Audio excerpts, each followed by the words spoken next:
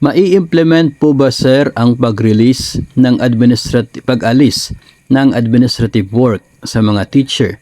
Kawawa po naman po kaming mga non-teaching, lalo po kaming mga administrative officer. So, yung pag-alis sa admin task ay mayroon na po tayong DepEd order doon. DepEd order number 2, series of 2024.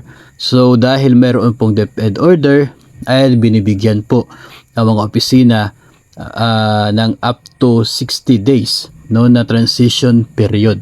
So, sa loob ng 60 days ay dapat gagawa ang mga mula po sa mga regional offices, division offices ng kanila pong plano as to how to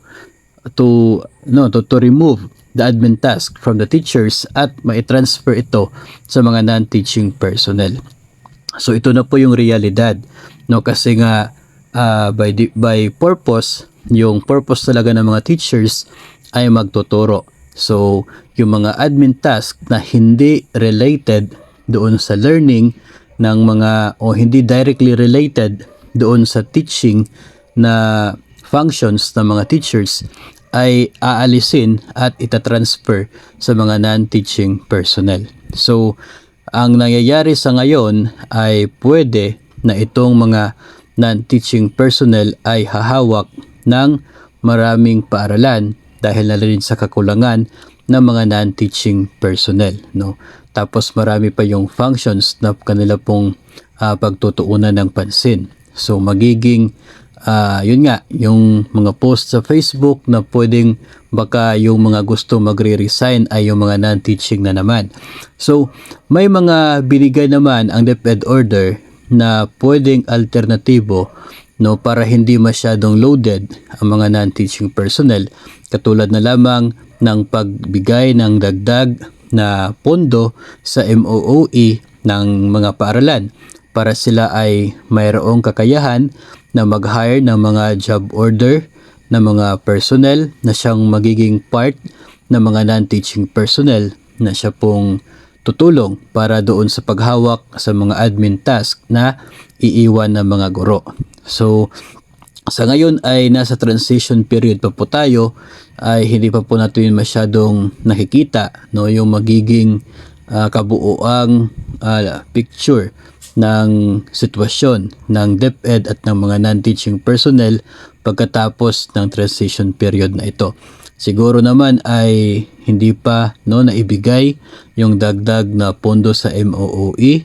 Siguro ay yun po ang hinihintay ng ibang paaralan para makapag-hire sila ng mga non-teaching personnel na tutulong sa mga administrative officer, no, para hindi na masyadong loaded. Kung ikaw ay mayroong 4, 5, 6 o hanggang 7 o 8 na mga paaralan ay masyadong loaded na po yon. So kung yung mga paaralan mo ay may kanya-kanyang job order, so magiging dagdag yon sa workforce na hahawak sa mga administrative task. So magiging medyo lighter na yung trabaho. Although si AO siya pa rin yung magiging responsible sa lahat, no, as siya pa rin po yung mayroong hawak doon sa mga dapat na trabahong yan. So siya yung magso-supervise at magsisiguro na talagang maisagawa yung mga task na yon, no, na iniwan ng mga teachers. So yung DepEd order sinasabi ay not more than 3 schools. We'll look for titingnan po natin, no, after 60 days kung mangyayari ba na hindi lalagpas sa 3 paaralan yung hahawakan ng mga non-teaching personnel, no, tungkol dito sa mga administrative task. Kasi doon pa lamang sa functions ng pagiging human resource o kaya ay doon sa paghahawak ng property bilang property custodian, pagiging part ng planning, yun pa lamang ay medyo malaki na, no, na oras yung kinakailangan mo. And how about pa, no, kung maraming paaralan yung hahawakan mo, so magiging doble-doble siya. So titingnan po natin, hintayin natin itong pagtatapos ng transition period kung ano yung magiging mangyayari. Siguro naman ay kung may makikita po na mga areas kung saan medyo may kulang ay mahahanapan din ng solusyon ni DepEd, no, kung ano yung mga pwedeng magiging options para matulungan din itong mga non-teaching personnel, no, na hindi naman sila masyadong loaded sa kanilang trabaho. Kasi kapag sobra-sobra naman ay hindi rin po nila magagawa, no, yung kanilang admin task. So yun po, may mga nakalaan naman na dagdag na 5,000 yung approved ni DBM. 5,000 na bagong non-teaching personnel, mga AO2 and PDO na hinintay o nakalaan for DepEd this year.